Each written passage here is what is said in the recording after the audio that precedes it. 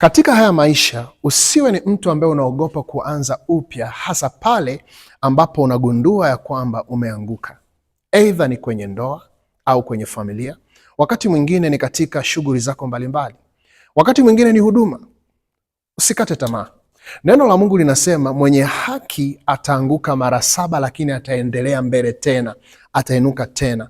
So it is possible kwa mwenye haki kuanguka. Hautakuwa wa kwanza ambaye umeanguka ukasimama. Hakuna mtu yeyote mkubwa ambaye unamtambua katika nchi yetu au nje ya nchi yetu au duniani hapa kwa ujumla ambaye hakuwahi kukutana na misukosuko iliyomfanya akaanguka. Kuna watu washe kuanguka wakasimama tena. Aidha ni katika maisha ya kiroho.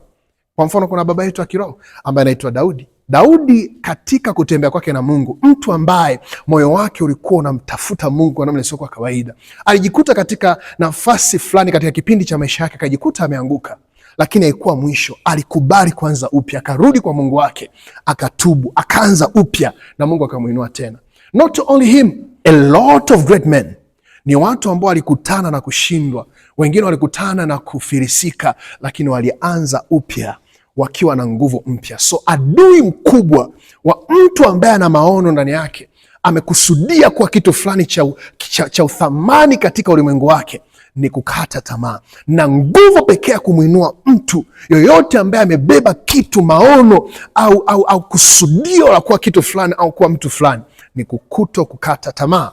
So utagundua hata Yesu anakuambia ya kwamba ulimwenguni kuna dhiki nyingi, lakini jipe moyo, utaushinda ulimwengu. So watu ambao wanashinda maanguko yao, kufeli kwao, kushuka kwao chini, kuporomoka kwao, ni watu ambao wanajipa moyo, wanainuka tena kwa nguvu mpya, wakiwa wanatumaini ya kwamba lipo kusudio la mimi kuwa kitu kimoja kikuu, ipo siku fulani. So trust me, hii dunia sio ya watu dhaifu. Na watu dhaifu ni watu ambao wanakata tamaa, lakini watu wenye nguvu ni watu wasiokata tamaa. Kama umefanya leo umeshindwa, do it again. Kama umefanya jana umefeli, do it today. Kama umefeli leo, do it tomorrow.